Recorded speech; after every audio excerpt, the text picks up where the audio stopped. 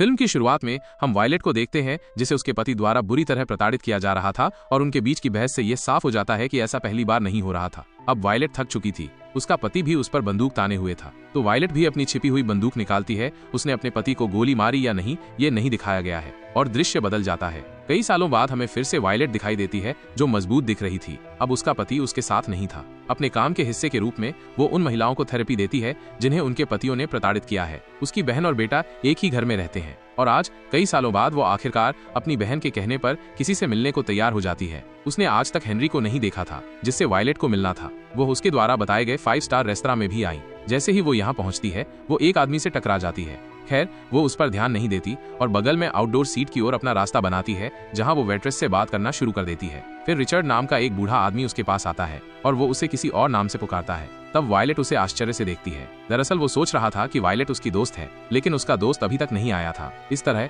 Violet और Richard दोनों एक दूसरे से बात करना शुरू कर देते हैं। थोड़ी देर बाद रिचर्ड का दोस्त भी आता है जिसके साथ वो अपनी मेज पर चला जाता है और वायलेट यहाँ देखती है कि कोई उसके फोन पर ड्रॉप्स भेज रहा था। इसका मतलब है कोई वायलेट को बिना संपर्क नंबर के तस्वीरें और संदेश भेज रहा था। ड्रॉप्स केवल वही व्यक्ति भेज सकता है जो वायलेट के बहुत करीब बैठा हो। वो चारों ओर देखती है और पाती है कि हर किसी के फोन उसके फोन जैसे थे।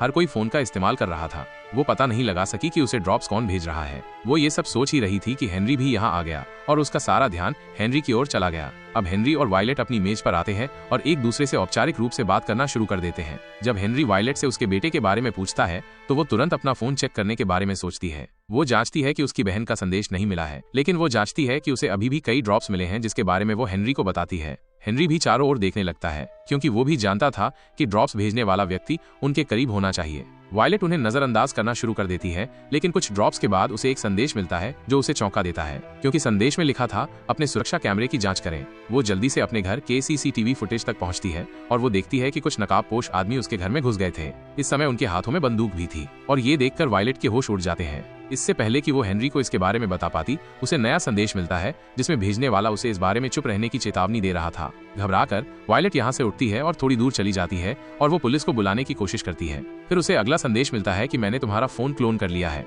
अब मैं देख सकता हूँ कि तुम अपने फोन पर क्या कर रही हो। पुलिस को बुलाने की कोशिश मत करो, नहीं तो परिणामों के लिए तुम जिम्मेदार होगी। इस सब के दौरान वो फिर से उसी व्यक्ति से टकरा जाती है जिससे वो पहले टकराई थी। वायलेट इसे एक बार फिर नजरअंदाज करती है और वॉशरूम चली जाती है। वो लड़कियों से मदद मांगने की कोशिश कर रही थी, वॉशरूम जा रही थी, लेकिन उसे फिर से एक संदेश मिला कि कोई चालाकी न करे और वायलेट समझ गई कि उस व्यक्ति की उस पर हर जगह नजर है। इसलिए वो बिना कुछ बताए हेनरी की मेज पर वापस आ जाती है। वो अपने भावों को समायोजित करते हुए हेनरी से फिर से बात करना शुरू कर देती है और यहाँ उसने उस आदमी से फोन पर पूछा, तुम कौन हो और तुम्हें क्या चाहिए।